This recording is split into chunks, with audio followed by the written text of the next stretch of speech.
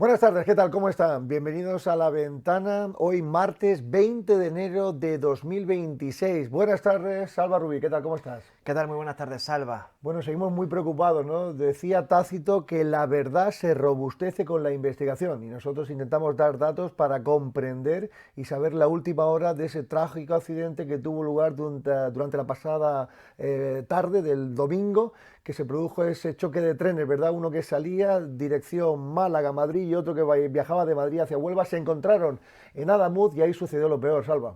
Pues sí, días tristes, hoy el primer día de luto oficial. Los datos, pues son muy tristes, la verdad, muy alarmantes, porque a primera hora de la tarde había 41 fallecidos, 39 personas hospitalizadas, 13 de ellas en la UCI. La buena noticia es que hay 83 personas que ya han sido dadas de alta. La verdad es que no pudo ser de otra manera. 20 segundos separaron el impacto, el descarrilamiento de los vagones 6, 7 y 8 con el tren en que circulaba en sentido contrario. No hubo capacidad de reacción, no funcionaron los sistemas de seguridad y eso produjo el fatal desenlace con el vuelco también de los vagones, ¿no? Uno de ellos se encuentran, dos concretamente, todavía en el talud, Dos a la vagones. espera, ¿no?, de que maquinaria pesada pueda moverlos y descubrir, ¿verdad?, más víctimas con total seguridad. Sí, esos dos vagones cayeron por un terraplén de unos 4 metros. Es verdad que el rescate es muy complejo. Ahora mismo, bueno, rescatar no se espera que ya haya personas con vida, pero sí tendrán que romper hierros para llegar a las víctimas. Hay que recordar que el presidente de la Junta de Andalucía, Juanma Moreno, fue de los primeros que se personó en el lugar de los hechos cuando ya salían noticias, ¿no?, en televisión sobre el fatal trágico accidente que tenía lugar en Adamuz. Si les parece bien, escuchamos al presidente de la Junta que nos centra mucha información necesaria para conocer a esta hora de la tarde. Vuelvo a reiterar que no voy a hacer yo ninguna hipótesis sobre la causa del accidente porque ahora mismo mi primera obligación como responsable público es atender, en este caso a los 41 hospitalizados, cuando hemos estado en la emergencia que afortunadamente ya va pasando y ya va creando otra serie de problemas, ¿no? Pero ahora el objetivo es, como digo, cuidar a los que están accidentados y lo segundo, colaborar con ADIZ en todo lo que podamos para que lo antes posible se puedan localizar e identificar las personas posibles que puedan estar fallecidos en esos dos vagones. A mí nadie me ha hecho ningún comentario, por tanto no tengo ninguna información para emitir ningún tipo de juicio y además creo que todavía prematuro porque hay especialistas y hay profesionales que se dedican a eso y que probablemente a lo largo de los próximos días o semanas nos puedan dar una información mucho más exacta. Hay que recordar que hay una comisión de investigación de accidentes ferroviarios que ya está marcando la pauta y ha llamado la atención algo concretamente, un detalle, la rotura de vía provocada por una soldadura que no sabemos, Salva, si estaba ahí, se produjo con el descarrilamiento. Sí, hay dos hipótesis, porque puede ser la causa del accidente o la consecuencia. También investigan si esas roturas en la vía ya estaban o si fueron provocados por una pieza que arrastraba el tren Irio e hizo palanca en el descarrilamiento en Adamuz.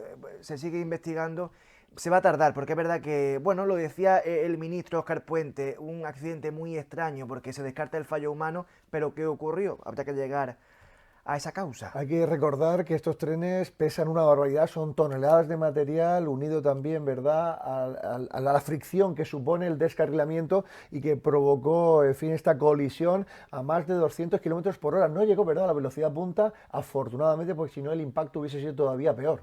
Si esa soldadura, ese fallo en la vía, esa rotura, se encuentra en el kilómetro 318,7.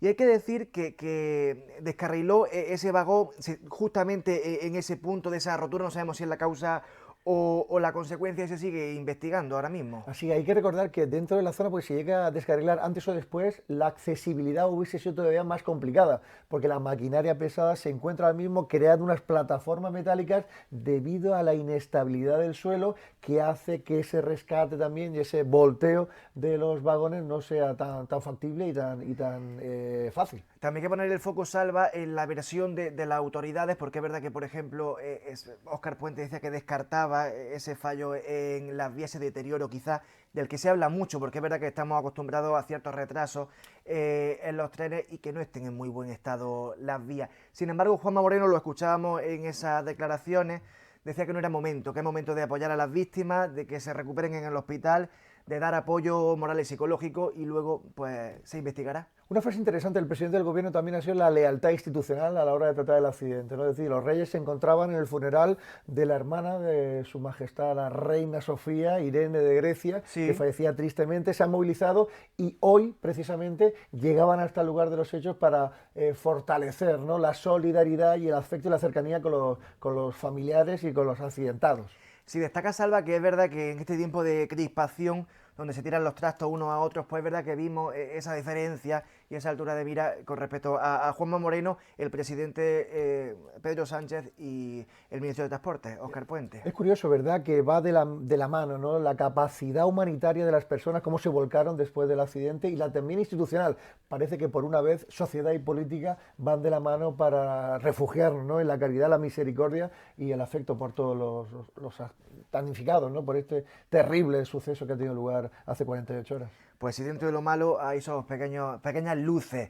Aunque vamos a Almería, ¿no, Salva? Así Porque siempre ponemos el foco en lo que ocurre en nuestra tierra y también hay mucho en el accidente. Claro, es curioso la solidaridad, porque rápidamente los hospitales cercanos de Córdoba, Sevilla, incluso en la Comunidad de Madrid, hoy escuchamos también a la alcaldesa de la ciudad diciendo que Almería está dispuesta a ofrecer la mano de obra necesaria, tanto en asistencial como maquinaria, como personal humano, para ayudar. Pero hay historias también de personas que están donando sangre y haciendo que sea más llevadero, entre comillas, este trance que es dramático, Salva. Iremos a eso, Salva, pero antes hay que decir que una enfermera de la base de la Legión de Viator, Álvarez de Sotomayor, se encuentra en la UCI tras el accidente de Adamuz. Una enfermera que, aunque era natural de Ronda, era malagueña, trabajaba como enfermera en la base militar, está en la UCI, aunque por suerte hay que decir que no se teme por su vida. Son las historias dramáticas, ¿no? También dos compañeros nuestros, periodistas de Huelva, fallecían, ¿no?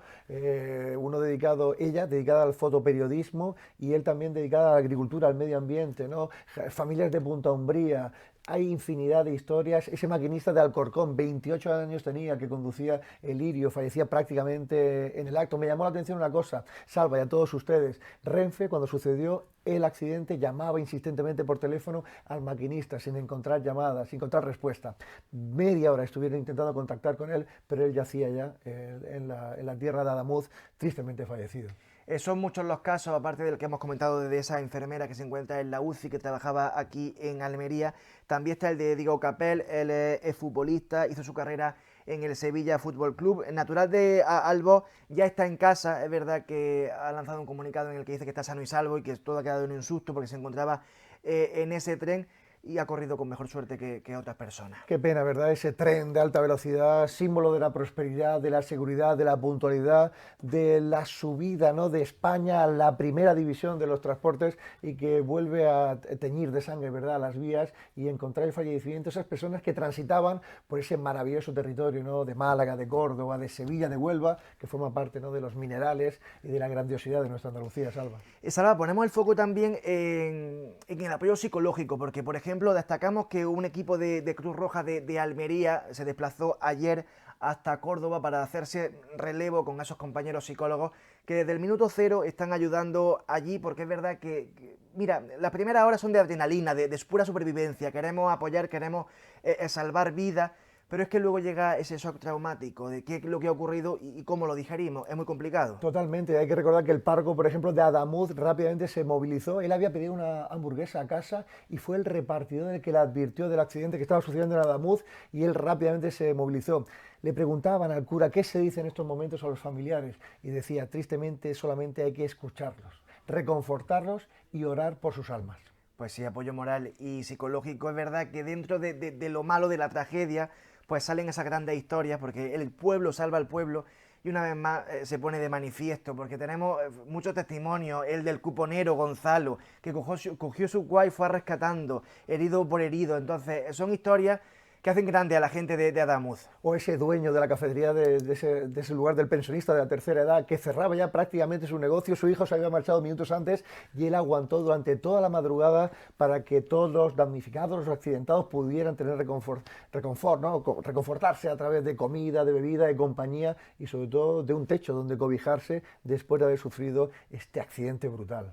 Y lo bonito es que no solo en Adamuz, en Córdoba, sino también en Almería, porque Almería se suma al llamamiento urgente de donación de sangre tras el accidente de Adamuz. Es verdad que se puso al lado del Hospital Reina Sofía un punto para donar sangre, la escuela estaba abarrotado ayer, pero también desde Almería la gente quiso sumarse y hay diferentes puntos por la provincia, el principal en el Hospital de Torrecárdenas, pero también en Adra, en Albós, en Elía Aguadulce, en Viator, en el Alquián. Toda ayuda cuenta, Salva. Claro, sí es importante, ¿no? La movilización ciudadana en estos casos de shock y de ayuda extrema. Recordamos también, por ejemplo, el milagro de esa niña de 6 años, toda la familia que venía de Madrid, venían de ver al Real Madrid en el Pues Santiago sí. Bernabéu. Fallecieron los padres, uno de los hijos, el primo, pero la niña de 6 años solamente requirió 3 puntos de sutura. Es uno de los milagros maravillosos que tiene esta tragedia realmente inconmensurable y que va a afectar seriamente también a la confianza de toda la sociedad en el tren de alta velocidad, Salva. Pues sí, porque te pones a pensar y hay gente que estaba viajando a Madrid por vacaciones y en la vuelta tenían planes para el día siguiente y la vida, que muchas veces, por desgracia, pues pasan estas cosas. Claro, y hablando de recuperación, el ministro Óscar Puente nos hablaba que no se va a poder rehabilitar la vía hasta el 2 de febrero mínimo. Se han puesto vuelos reforzados por parte de Iberia para volar de Sevilla a Madrid, a Málaga. Parece ser que también las cancelaciones han sido brutales, que ha afectado a 100 y pico trenes, ¿no? Pero intenta las administraciones luchar también y ofrecer el mejor servicio para que la normalidad vuelva cuanto antes. Bueno, y que ese tramo entre Córdoba y Villanueva de Córdoba pues se haga en autobús para que sí puedan llegar los pasajeros a destino aquí en Andalucía, porque es verdad que por lo menos unos 15 días, 2-3 de febrero, no estará abierta esa línea de Madrid con Andalucía. Así que estaremos atentos a todo lo que sucede porque ha afectado seriamente, ¿no? La Feria Internacional de Turismo de Madrid se ha visto seriamente afectada. Los políticos no participarán en esta edición, seguirán habiendo reuniones con turoperadores, habrá distintas fórmulas de negocio, pero todo el quehacer diario de este país se ha visto alterado por una de las mayores tragedias, creo, del tren de alta velocidad, como el que sucedió en Santiago de Compostela, ¿verdad? No sé si sabías también que hubieron incidencias en Chamartín, en Tratocha, descarrilamientos, faltas de señalización, relés que no funcionaban. Vamos a ver las investigaciones. Nosotros desde aquí, lo primero, todo el apoyo a los familiares, Sí, que quede nuestra claro. conmisericordia para las víctimas y sobre todo que la investigación funcione y se sepa la verdad sobre todo lo que ha pasado. Y ese apoyo a las víctimas, porque mira, la investigación, es verdad que es bueno conocer lo que ha ocurrido y seguramente ayude a esos familiares, pero bueno, ya no se puede hacer nada, pero esas víctimas que se quedan aquí, que tengan ese apoyo necesario psicológicamente. Y recuerdo, le ofrecemos información periodística, lo que está pasando a esta hora para comprender mejor las cosas y sin especular, sin hacer ninguna afirmación o aseveración que afecte a la investigación. Intentamos ofrecer a nuestros telespectadores lo que está pasando en este instante a pie de tren en este caso, ¿no? Lo que está pasando en Adamuz. Así es, Salva. Gracias, Alba. Un placer. Nosotros continuamos en La Ventana cada tarde con los mejores contenidos, la información y las entrevistas con los protagonistas de la noticia.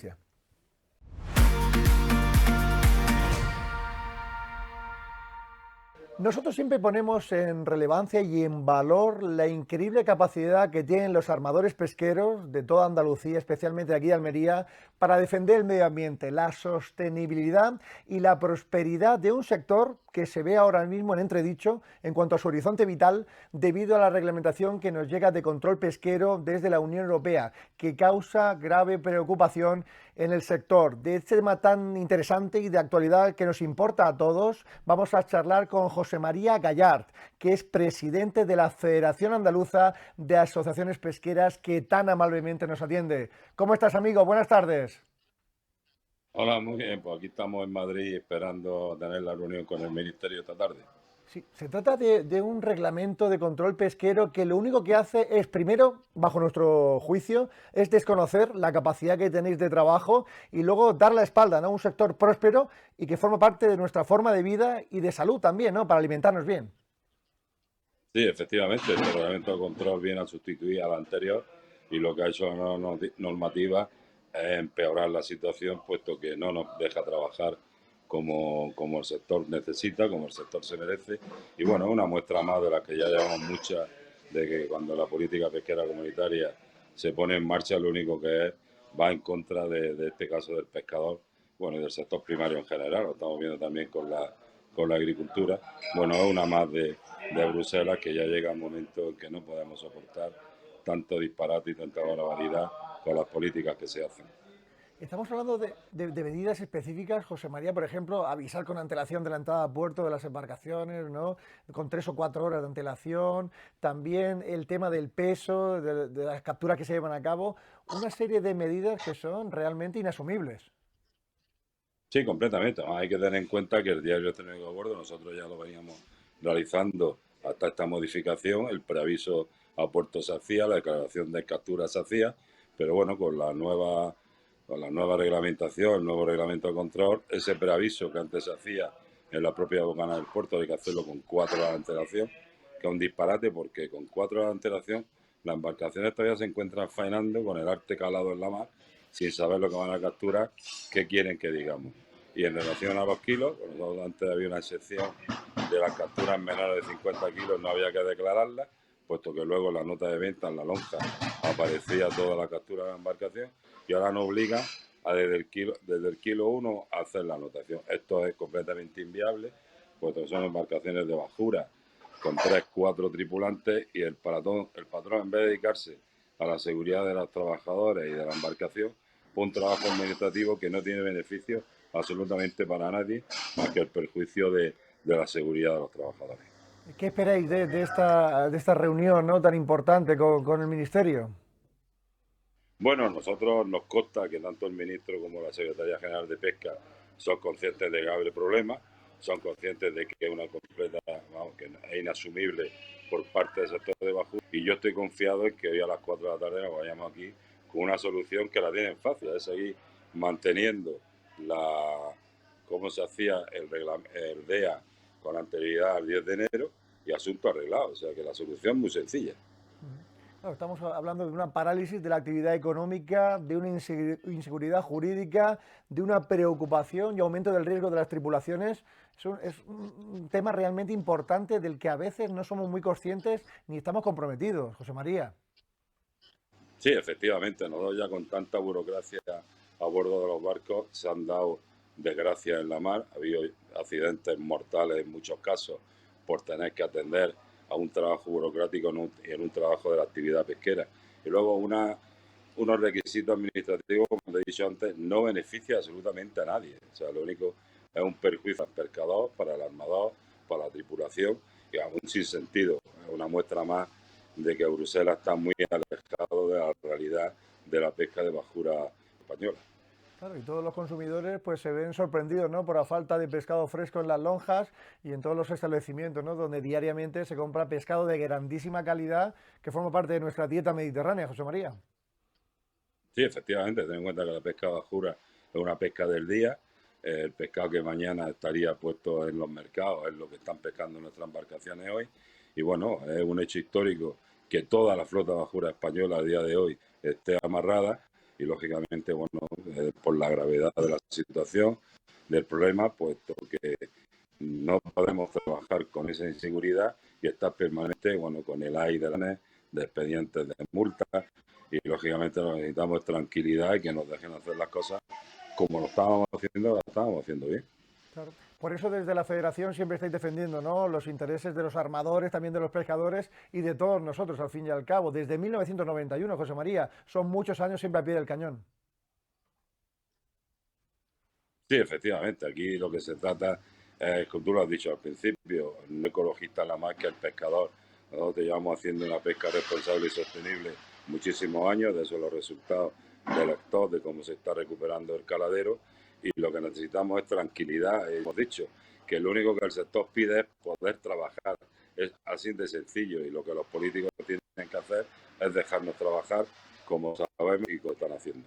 Claro, y sobre todo con esas políticas, ¿no? De alimentos de proximidad, kilómetro cero, parece que vamos en contra, ¿no? Hacemos una serie de legislaciones, por un lado, que defienden este tipo de cosas, pero luego no facilitamos, ¿no? Su aplicación práctica.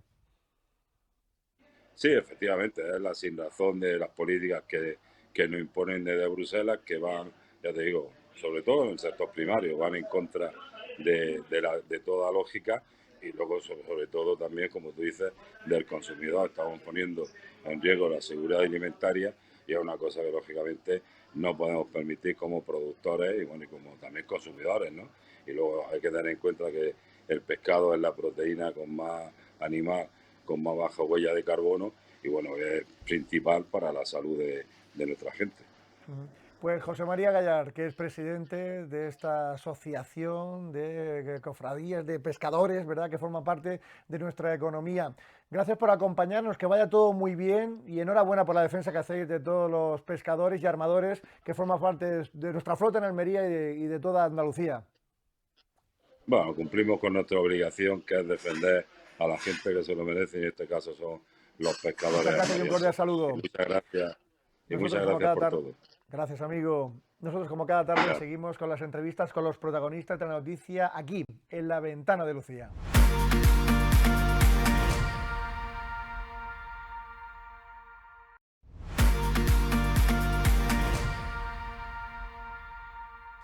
Muy bien, y seguimos recibiendo invitados excepcionales que son los protagonistas de la noticia, tanto en Almería como en toda Andalucía. Y si yo les digo que nos acompaña ahora mismo el hijo de Pepe el Pelao y de Arcadia, dirán, no tenemos ni idea de quién habla, debe ser algún vecino. Pues no, son los padres del gran chef almeriense Toni García. ¿Qué tal, amigo? Bienvenido. Muy bien, muchas gracias por invitarme. Estamos hablando de una infancia bonita, feliz, también humilde, en la comarca de Los Vélez, concretamente en Topares. Ahí surgió todo lo que vino después, una historia magnífica de superación y de esfuerzo. Sí, bueno, allí nací, ¿no? Allí me crié. Y sí, bueno, la comarca de Los Vélez para mí es como el punto de régimen de cualquier cosa que voy consiguiendo en la vida. Ese punto es el punto de donde me vuelvo a la realidad y donde vivo cada minuto con la tranquilidad y la calma o la alegría o lo que toque en ese momento de saber que estoy tocando tierra, ¿no? Todo lo demás son, luego ya, pues son aventuras que uno va corriendo en la vida, pero la verdad que el nacimiento y el hecho de ser de esa tierra yo me siento muy orgulloso, muy contento de haber nacido en la familia que he nacido, una familia muy humilde. Mi padre, por la parte de mi padre, pegado a la agricultura completamente. Como conocéis, allí en la comarca de Los Vélez, el secano, ¿no? Los cereales. Nosotros, en mi casa, en mi familia, teníamos almendros. En aquello entonces que no había tanto almendros, ahora hay muchísimos almendros. Somos los mayores productores de almendra ecológica del mundo, la comarca de Los Vélez. Antes teníamos almendros en la parte de Contador, que estaba cerca de Chiribel. Pues nosotros hemos sido como un poquito nómadas, hemos ido viajando ahí en la comarca, pero... Y mi madre más pegada al restaurante. Entonces yo he intentado coger la mitad de cada uno. Es bonito, entre los ¿verdad? vegetales y las verduras y el tema de la cocina. Recordar aquella época, eras pequeño, quizás 8 o 10 años, y ayudabas, ¿no? Te subías encima de las Sí, cajas de sí, fruta sí. y hortalizas a intentar ayudar a hacer café y otros menesteres, ¿no? De la hostelería. Sí. Qué bien informado estás, sí, señora, sí. Las cajas de madera, que ahora ya no las utilizamos, que son de plástico y tal, esas grandes, las que se recogen en el campo realmente, no las que se ponen en los centros, ¿no? En cualquier... Pues esas cajas me las ponía yo, pues no llegaba para hacer los cafés, yo le hacía los cafés ahí a mi madre para darlo en el bar. Un bar que se llama Teleclub. Los Teleclub lo hizo Franco como un lugar donde el centro de que se juntaba toda la gente del pueblo, porque no había televisión nada más que esa, y ahí todo el mundo era como un centro de ocio, ¿no? Y ahí empezaron los Teleclub, que eran como un centro de ocio, al final se hicieron bares y por parte de mi madre toda la vida en el bar del pueblo, en Topare y también en Contador, ¿no? Es decir, que venimos del bar y de la barra. Y la madre que ya destacaba, ¿no? Por su forma de cocinar especial, ¿no? Sí, mi madre es una grandísima cocinera, no porque sea mi madre, pero es verdad que es una gran cocinera, sí. Todo lo que toca es que está buenísimo, o al menos así lo noto yo. Hace un pollo de salsa realmente rico, creo, joder, ¿no? Esas informaciones, es que, ¿sabes qué pasa? Que vengo este fin de semana de allí, Sí. entonces vengo de comérmelo. El domingo por el mediodía no lo comimos, sí, es un pollo en salsa con una salsa de almendra, como no podía ser de otra forma, pero es que verdad es así, pollo de corral, de aquellos del campo, lo guisa muchísimo y luego hace unas albóndigas, ahí con la carne pone un poquito de jamoncito y tal. Bueno, algo típico de allí de la tierra, los productos de la tierra, ¿no? Y luego pues unas patatas fritas y eso es un plato que me vuelve loco. Ayer lo comí, tuve la suerte de estar en el pueblo ayer. Y aún se mantiene la familia, ¿no? Tus primos todavía mantienen allí un asador, ¿no? Sí, totalmente. Allí nosotros tenemos en un restaurante, tienen, pues lo trabajan ellos, aunque yo voy allí a iba a ayudarles antes, ahora voy a disfrutar, pero sí, lo tenemos allí. De hecho, este fin de semana hemos estado con un amigo que ha venido de Salamanca y hemos sido capaces cerramos el sábado por la tarde y allí nos quedamos como del tiro. Estamos en casa y allí comemos, cenamos y desayunamos, que decir que lo hacemos todos, sí. Y fruto de esa infancia, de ese ambiente familiar tan bueno, ¿no? Tan auténtico, llega un momento en tu vida que decides dar el salto, viajar hasta la Escuela de Hostelería de Almería, y ahí surge también una sinergia, ¿verdad? Una acción que fue determinante en tu vida. Sí, creo que las cosas pasan no porque uno las planea ni porque uno quiere que pasen, sino porque suceden. Es decir, en la vida las cosas suceden. Si planeas algo es difícil que salga. Y bueno, y saldrán muchas cosas organizadas, yo no las discuto, pero esto no. Esto fue un plan, yo quería estudiar hostelería porque seguramente mi capacidad no llegaba, o creía yo que no llegaba para hacer una carrera. Mi hermana sí la hizo, pero estaba ahí atado a eso y me vine a estudiar hostelería con 14 años, que la verdad que el conocimiento lo que quiere hacer con 14 años, yo que tengo una hija ahora de 15 y otra de 13, es decir, creo que no sé cómo me vine, por qué dije de venirme aquí, pues porque dije esto, podría haber dicho otra cosa, ¿no? Decidí esto, me vine a Almería, que de Topares a Almería, entonces en aquellos años tardábamos en autobús 5 horas, ¿eh? Casi como ir a Madrid, ¿no? Había carreteras generales, ya sabes, me vine 207 kilómetros, que ahora en cualquier coche en la autovía llegamos en un plis, 2 horitas por lo menos, pero antes era interminable. Pues sí, decidí venirme a Almería a estudiar y ahí fue el punto de inflexión de ser cocinero más o menos profesional, digámoslo así. Y ahí conociste a una persona, un paisano también, el Sí, director, que te trató muy bien, y quizás esa forma especial, ¿no?, de acercarse a ti, de motivarte, supuso sí, luego el lanzamiento. sí, mira, era muy joven, también él, en paz descanse, José Torrente, es uno de los grandísimos cocineros que nos ha dado esta tierra, grandísimo amigo suyo, de su familia, de sus hijos, de su mujer, de todo. Sí, tuvimos un nexo de unión muy importante durante la formación, después de terminada la formación y después de volver yo de formarme por ahí fuera en Barcelona y en el mundo, que volvimos a reencontrarnos y estuve con él en su hotel, el Hotel Catedral en aquel entonces. Pero bueno, cuando marché de estudiar me fui a Barcelona, estuve estudiando allí y cuando terminé, trabajé en una empresa francesa, Campanile, me vine unos días de vacaciones y quise pasar por la escuela de hostelería a ver a mis profesores, Juan Fernández muchísimo, Pepe Vicky muchísimo, todos los adoro. Y me encontré con José, que es Pepe, yo me llamo Pepe, me llamo Torrente, la verdad. Y me dice, ¿no te querrás ir a Cuba? Y yo, ¿por qué? Pues tengo una oferta aquí. Digo, pues dámela. Y yo estaba todavía trabajando en Barcelona. Así fue. Porque, Así fue como viajé ya fuera. Bueno, yo me marché a Barcelona con 18 años, me puse a estudiar hostelería allí durante 6 años más, en el Centro de Estudios Turísticos de Barcelona. Tanto se hacía como cocina, como restaurante, como turismo.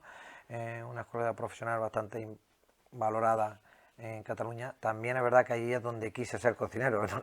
Pues cuando me marché con 18 años ya tampoco sabía lo que quería hacer, pero la verdad es que ahí había otra cocina, ¿no? Estábamos en ese cambio de Ferran Adrià, Santi Santamaría, Azar, Berasategui y todo esto, y entonces aquí en Andalucía todavía no nos había llegado la alta cocina. Ahora somos los mejores y los número uno, casi los andaluces somos los muy buenos, pero en aquello entonces todavía no estábamos ahí en la guinda. Y ahí fue donde decidí ser cocinero realmente. y luego viene el viaje a Cuba, ¿verdad? Dentro de Sol Meliá, y ahí encuentras cierta identidad y reciprocidad. La forma de ser de la gente de Topares, de tu pueblo, Sí, también se identificaba con la gente cubana. totalmente, totalmente. Mi pueblo es una pedanía, no llega a pueblo. Pero vamos, yo siempre digo que es más que un pueblo, porque para mí lo es todo. Pero es una pedanía, bueno, hace años tenía bastantes habitantes, pero ahora estará en unos, yo qué sé, 200 y pico habitantes. En temporada baja, en alta sube porque buena población de fuera. Pero en fin, es una pedanía que pertenece a Vélez Blanco. Y claro, yo cuando llegué allá a Cuba, la gente te dejaba las puertas abiertas. Pues yo me encontré a Topares, me encontré allí en Cuba, me encontré a mi pueblo, a mi gente, gente humilde, muy trabajadora, con pocos economía baja o muy baja, en caso de Cuba estaba muy baja, pero gente muy cercana. Y eso me llenó. Y luego pues tuve suerte de encontrarme compañeros en mi primera etapa, porque he volvido 2 veces a Cuba, pero en mi primera etapa encontré compañeros cerca de la tierra, gente muy llana, gente muy como yo. Entonces me sentí cómodo, me gustó y ahí echamos unos cuantos años. Y en aquellos primeros años de aprendizaje, Tony, también te gustaba cocinar de una manera peculiar, ¿no? Mezclar muchos ingredientes, que Sí, supiese todo a muchas cosas, y eso también sufre una evolución posterior. Cuéntanos cómo era to- aquella primera etapa. totalmente, sí. Bueno, imagínate, salimos todos de la escuela de hostelería, ¿no? Bueno, en mi caso ya, claro, cuando llegué a Barcelona ya venía de otra escuela de hostelería de Almería, pero sí, bueno, pues el tema del bulli, el tema de la alta cocina, 200 productos en un plato. qué aburrido ahora, madre mía. Pero bueno, en aquellos entonces era todo así, ¿no? Entonces poníamos 200 millones de cosas en un plato. Yo creo que alguna vez alguien lo ha escrito por ahí, lo ha dicho, pero yo me siento identificado. Yo creo que he sido uno más de tantos. Es decir, poníamos tantas cosas que yo no sé si realmente los platos tenían que tener un sentido, ¿no? A la hora de comerlos. Pero sí que es verdad que a veces pecábamos de querer llegar más lejos de lo que había que llegar, ¿no?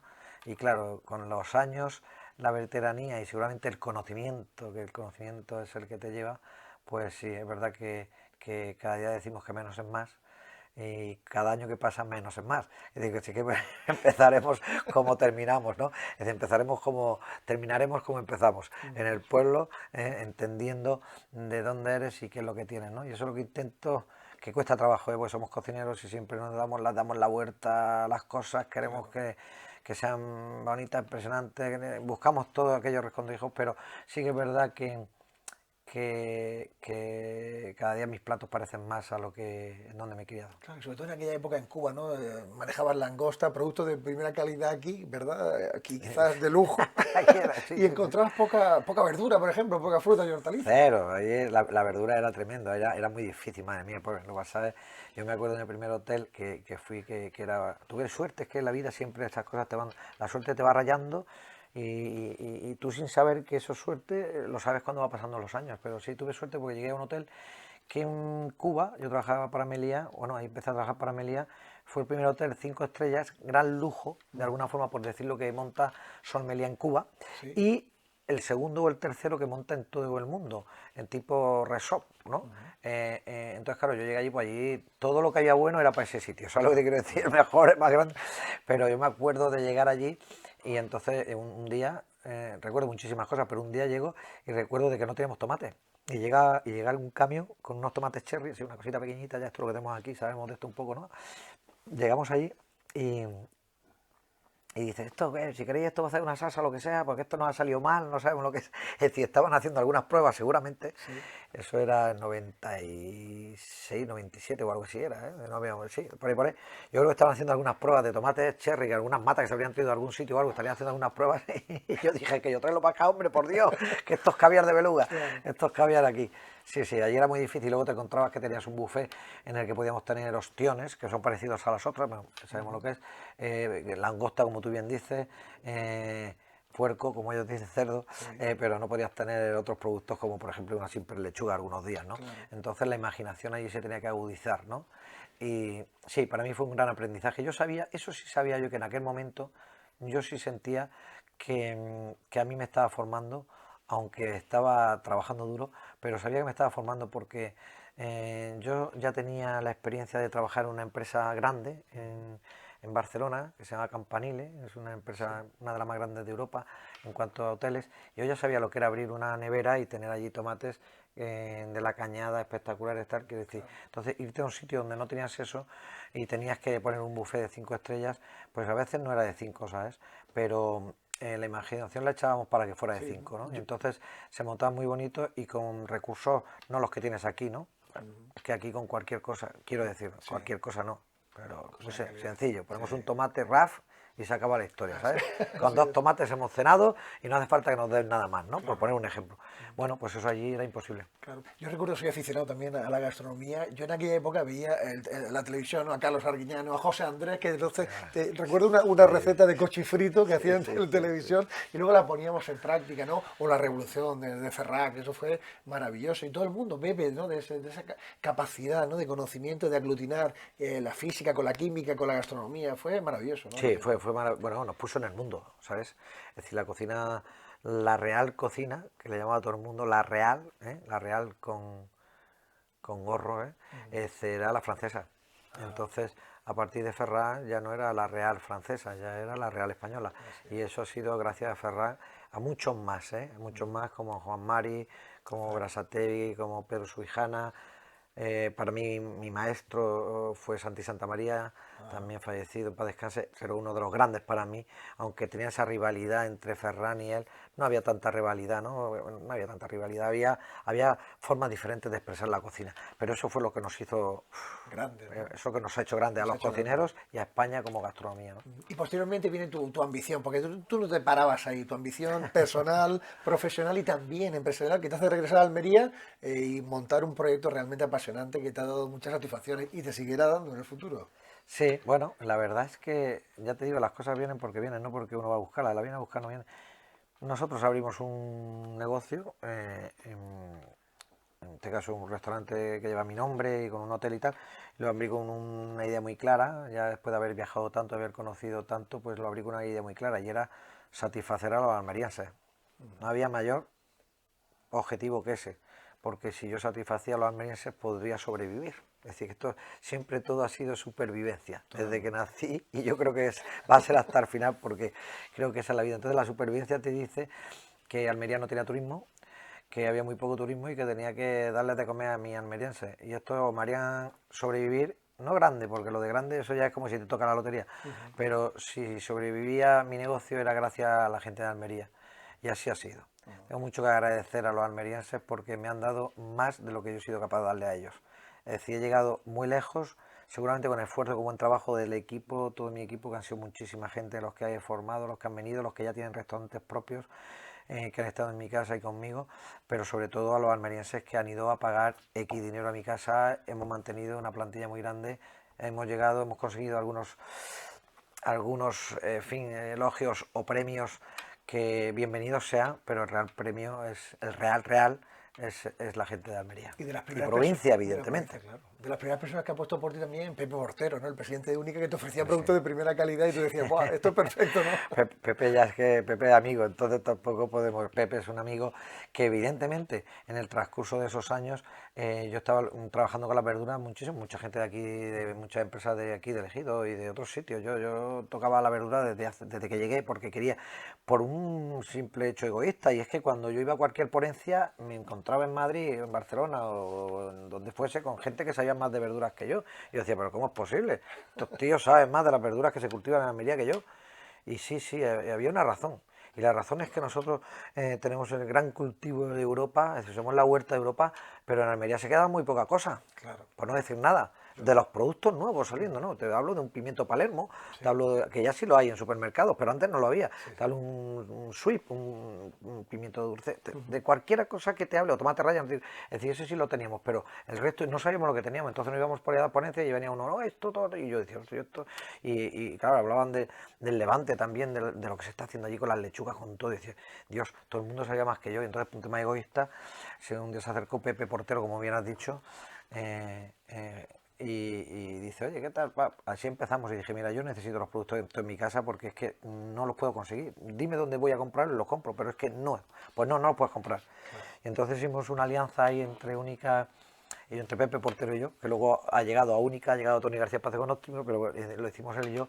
Y sí, muy agradecer a Pepe y a Única porque eso nos ha empujado en el tema de los vegetales. Hemos aprendido muchísimo, tenemos suerte de tener muchísimos productos, tenemos suerte de poder manejarlos, pues un puñado bueno de los que tienen, pues tienen demasiado, pero eso nos ha ayudado muchísimo a ser lo que somos y ahora una entidad de las verduras que ya voy a los congresos y sé un poco más de lo que sabía antes. No digo que sepa más que el que está enfrente, pero que sabía antes, Claro. sí. También un recuerdo para Francisco Bermúdez, ¿no? Presidente de Paco, Cervited y Paco, Beyond Seed, que forma parte también, ¿no? Paco se ha venido después, a partir de ahí, pues Paco los últimos años, ya llevamos 4 o 5, es que claro, los años pasan volando, pero sí, 5 o 6 años, Paco nos ha ayudado muchísimo ahora, porque claro, no solo son los vegetales, ahora ya estamos en la investigación, ¿no? Junto con él y con esto ya te da otra perspectiva, ves otras cosas, son diferentes, Claro.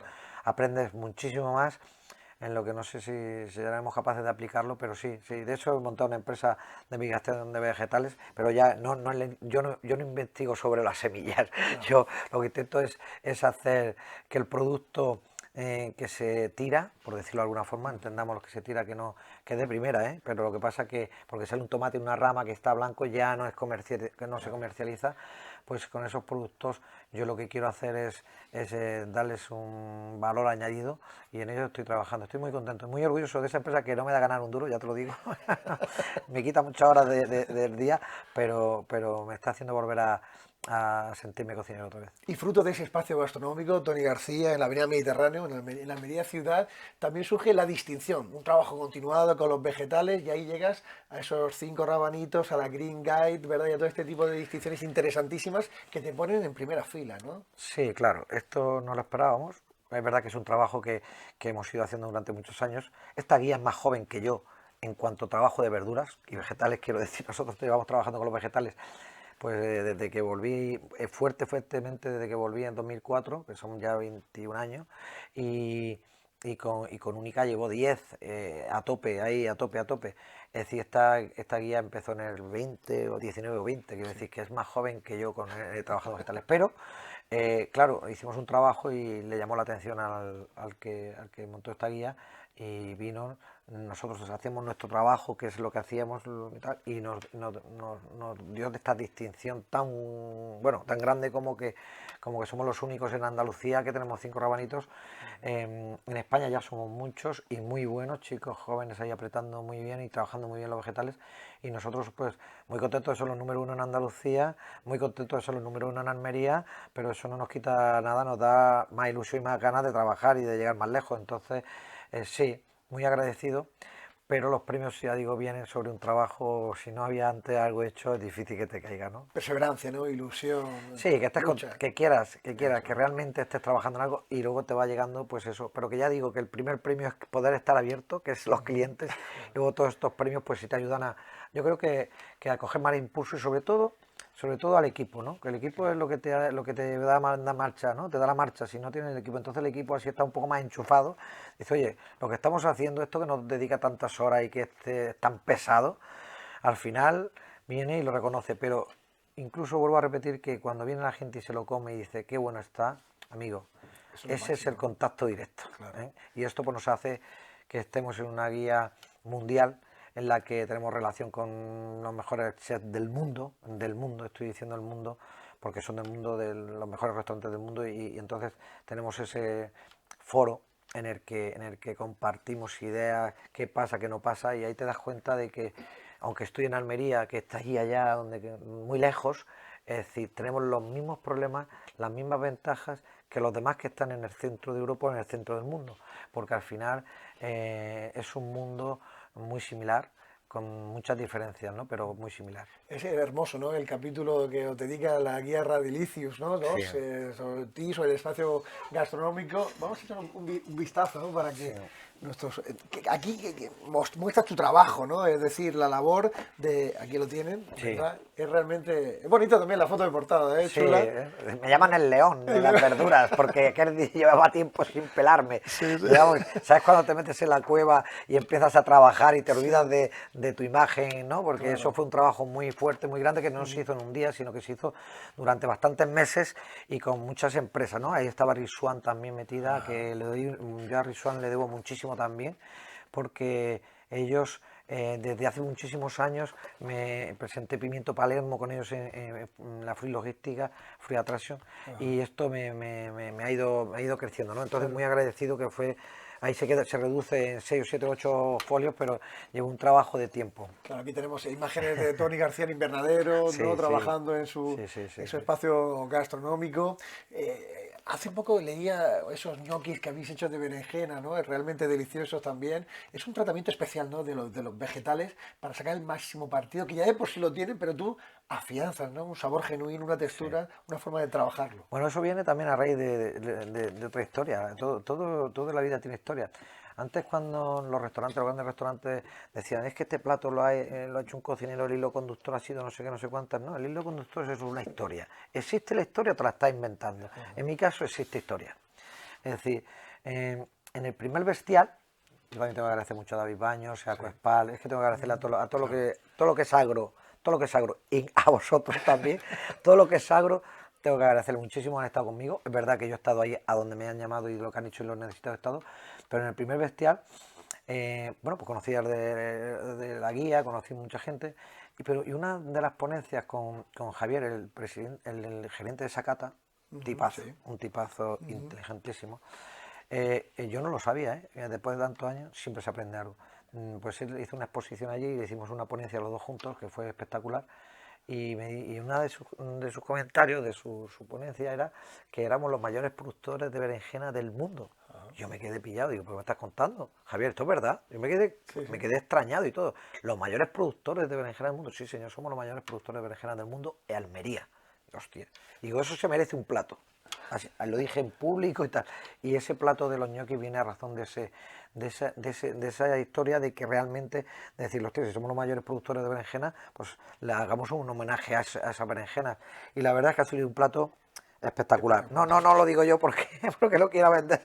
Es que todo el mundo que lo prueba se va alucinando. ¿Verdad? Que no sabía yo que la berenjena nos podía dar tanto, ¿sabes? Porque estaba acostumbrado a la típica berenjena frita, ¿no? Típica que hacemos siempre, o alguna asada como la escalivada, asada, pero esta que es una, bueno, lleva mucho rollo, la verdad que es un platazo, para mí es un platazo, pero con mucho trabajo, mucha dedicación y sobre todo un homenaje a ese día y sobre todo a ese aprendizaje que era que la berenjena era éramos los mayores productores de berenjena del mundo. Qué bueno, estaríamos horas hablando con Toni García sobre gastronomía, sobre historia, sobre literatura también, que tiene que ver con la cocina. Un mensaje para todos los jóvenes que están estudiando ahora en la escuela de hostelería, que quieren estudiar gastronomía, que a veces se dejan, ¿no?, encumbrar, ¿no?, deslumbrar por esos programas de cocina, que al final no forman a cocineros, no es una forma de hacer reality, sino que uno que quiere ser un cocinero de verdad, ¿no?, y dedicarse profesionalmente a ello y defender su ilusión y su esfuerzo. ¿Qué mensaje le podemos lanzar? No sé yo si soy capaz de ser capaz de darle a nadie ninguna consideración, pero bueno, si de algo sirve lo que yo diga, pues que alguien lo coja. Yo a mí lo de los reality a mí me puso muy nervioso desde que empezaron, porque todo aquello que empezamos a darle mucha publicidad y mucho rollo acaba convirtiéndose en desecho. Y amo yo mucho mi profesión como para que sucediese eso, pero no digo, no obstante, también es verdad que nos ha dado, nos ha puesto en vista, todo el mundo parece que un cocinero ahora es Dios. No, ni somos antes mediocres, ni ahora somos Dios. Es decir, somos profesionales de nuestro trabajo totalmente. Entonces, aquellos que empiezan, pues yo les diría, a los que van a comer a los restaurantes, que piensen que somos tíos que tiramos 14 o 15 horas todos los días trabajando para que nuestro objetivo primordial es que la gente se vaya contenta del restaurante. Hoy he tenido una chica que ha ido a comer ahí un menú de degustación y sus palabras han sido: Toni, me voy mucho más contenta de lo que venía. Y yo pienso en mi cuerpo que ya venía ilusionada porque venía a comer a un restaurante para pasárselo bien. Y si se ha ido mejor, esto ya es el top, ¿no? Entonces yo le diría a los jóvenes que sean más listos que hemos sido nosotros, que no te hemos dejado encumbrar por aquellas cosas que son las luces de colores, que realmente se buscan a ellos mismos, que es muy difícil, y yo lo intento hacer todos los días, y que cuando sean capaces de construir un plato natural, sencillo y humilde, es cuando van a triunfar. Porque solo me ha sucedido cuando he llevado eso. Porque, como lo comentaba antes, pues siempre ha habido mucho fuego artificial en todos los sentidos, porque la cocina ha sido así. Entonces mi consejo es que el que se meta va a tener que echar muchas horas, porque esto es como un químico que si quiere sacar un buen medicamento, una buena vacuna, tiene que dedicarle mucho tiempo, muchas horas. Pues la cocina es más o menos por ahí. Y sobre todo el mensaje del chef Toni García, ¿no?, ese amor por la materia prima, por los productos de la tierra, Sí. el respeto por los maestros agricultores, que son los que al fin y al cabo nos dan, en verdad, ese producto que luego trabajas en cocina. Totalmente, lo he dicho al comenzar, mi padre era agricultor de cereal, de almendra. No hay el que, cuando somos jóvenes no lo entendemos así, pero cuando ya vas madurando entiendes que para que tú hagas algo tienes que tener a alguien detrás. Si quieres llegar alto, muy alto, hay mucha gente que te tiene que aguantar. Y si quieres llegar bajo, también hay gente que tiene que aguantar. Entonces, si no miramos hacia abajo, quiénes son los que nos aguantan, quiénes son los que nos hacen grandes, estamos equivocados. Y en el tema de los vegetales, los que nos hacen grandes son los agricultores, que esos también echan muchísimas horas. Así es. Por tanto, que vaya por ellos. Chef, muchísimas gracias, enhorabuena por tu trabajo y por defender Almería siempre allá por donde vas, que es lo esencial, junto con tu creatividad, imaginación y saber hacer. Muchísimas gracias a vosotros y muchas gracias por invitarme. Ya está aquí, cerramos la ventana por el día de hoy. Nosotros volveremos mañana. Habrá más información, más actualidad, más entrevistas con los protagonistas de la noticia. Gracias por acompañarnos cada tarde. Que les vaya muy bien y un cordial saludo de todos los que hacemos posible La Ventana de Lucía.